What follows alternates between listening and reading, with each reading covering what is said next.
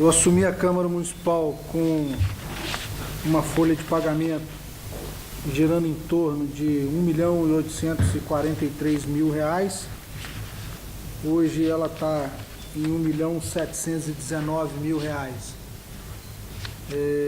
Isso se dá pelos ajustes que foram feitos em algumas questões que o Tribunal de Contas já vinha observando na Câmara desde 2013, né? E nós, de forma contundente, fomos de encontro a essas observações, a esses questionamentos do Tribunal de Contas e fizemos cumprir os critérios estabelecidos pelo Tribunal de Contas e pela Constituição Federal, que deixa em até 70% da receita recebida pela Câmara, né, o uso dos seus recursos com despesa de pessoal. Assumimos a casa com uma dívida de aproximadamente R$ 280.000 referentes a indenizações de pessoas que passaram pela casa e que ao fim da legislatura foram exoneradas, né? Tinham seus direitos a receber, dava em torno de R$ 280.000. Com muita tranquilidade a gente pode falar que essa dívida está sanada, não há mais que se falar nisso. Assumimos a Câmara também com uma dívida a pagar, né, com os servidores efetivos da casa, em torno de R$ 174.000, dos quais nós conseguimos já quitar R$ 80.000 e acreditamos que até o final de dezembro, e são referentes a pagamento de licença-prêmio e outros direitos deles que tinham processos parados na casa desde o ano 2013, que a gente está tentando colocar em dia, né? Só dependemos das questões financeiras. Não é só do dinheiro propriamente dito, mas é de não passar do limite estabelecido pela Constituição e, consequentemente, fiscalizado pelo Tribunal de Contas. Fizemos aí um investimento na Câmara Municipal, em que nós implantamos um sistema de monitoramento. Hoje a Câmara conta com 32 câmeras funcionando interna e externamente. E aqui eu queria abrir até um parênteses em relação à segurança dos usuários daquela passagem que existe na lateral da Câmara Municipal. Nós tivemos alguns acontecimentos ali de assédio, de tentativa de roubo, né? E situações constrangedoras que os moradores que há muitos e muitos anos usam aquela passagem ali, nós tivemos o cuidado e a cautela de colocar câmeras de segurança ali, isso que nos traz um custo aí mensal de R$ 500, essas 32 câmeras.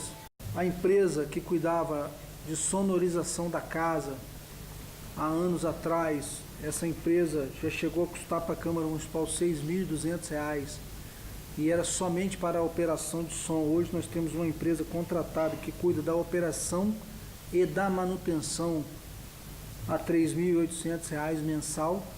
Temos aí, em termos de licitações, é uma coisa que eu queria externar para os senhores, que nós tínhamos alguns preços estimados de licitações que ocorreram no primeiro semestre, que davam um total de 597 mil de preço estimado, de gasto da Câmara com as licitações, e aí nós podemos citar algumas, né?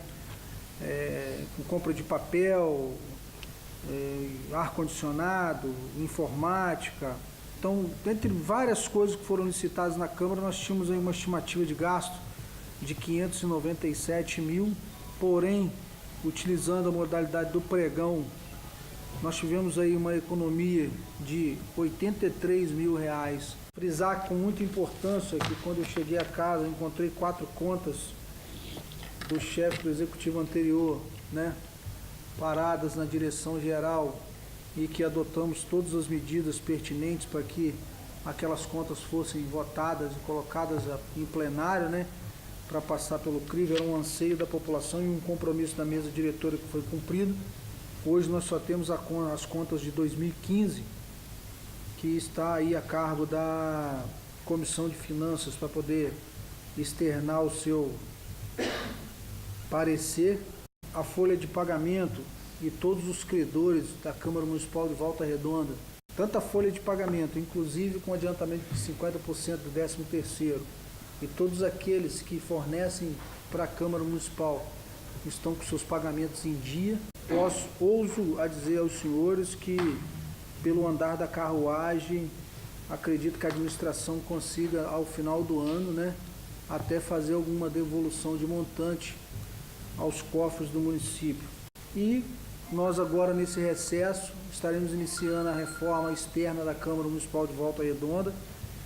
Foi um processo iniciado mais ou menos no mês de março, em que houve uma empresa vencedora agora no início de junho, e a gente agora no mês de julho quer colocar em prática essa reforma da parte externa, sempre com o objetivo de preservar o patrimônio público, que vinha de uma necessidade de há tempos, né?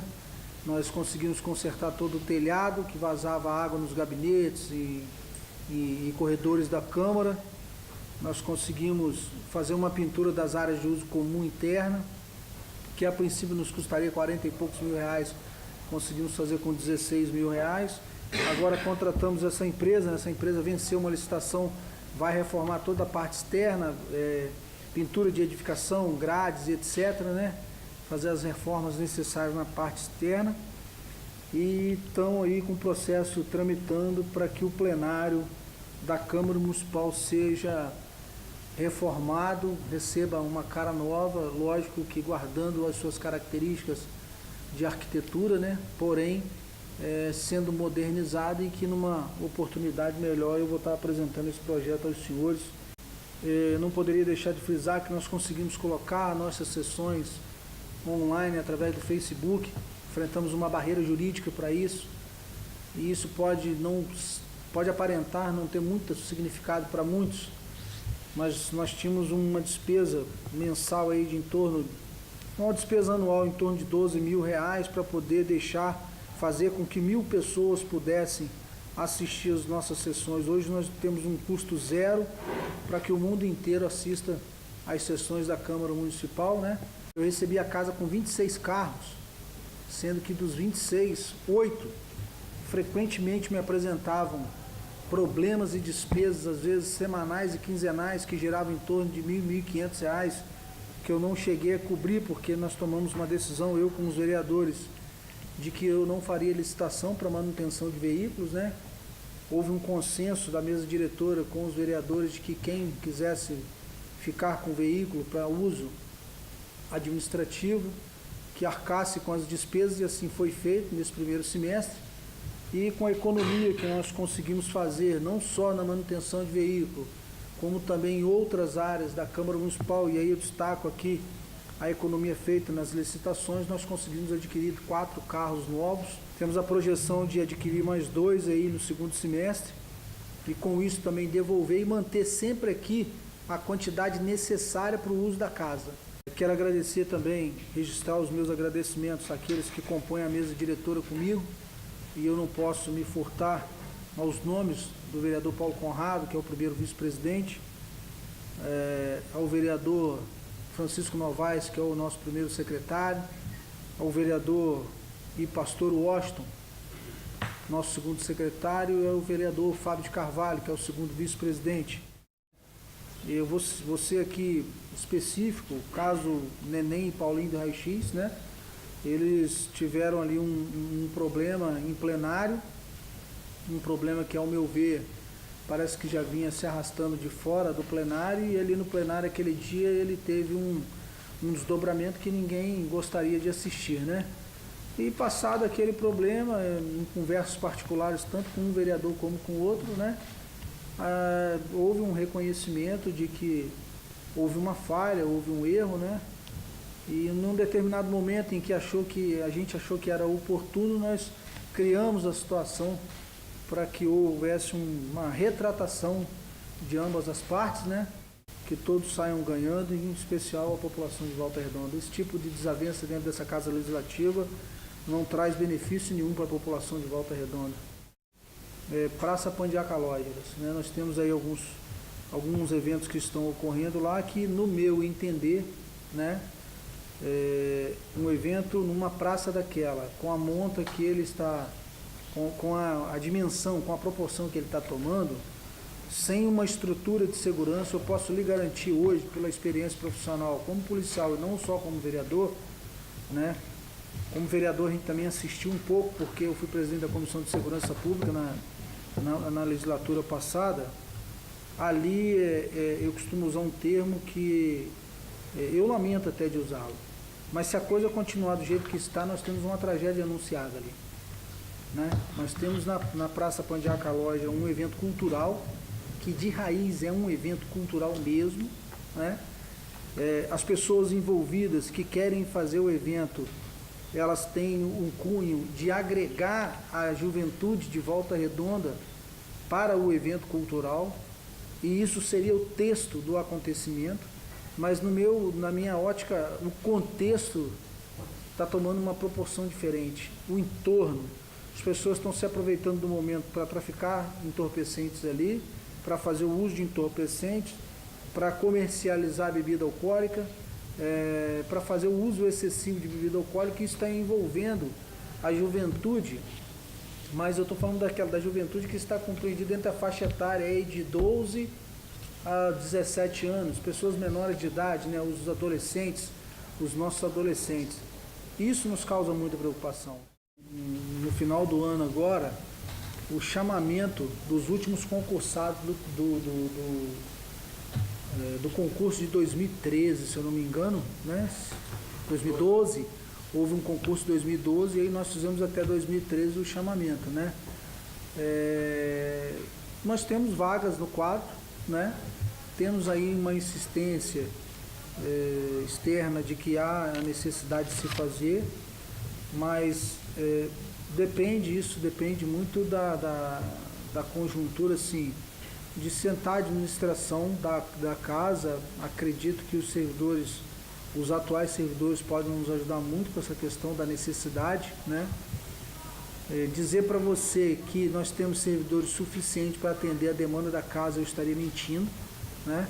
Mas eu não sei se nos 6 meses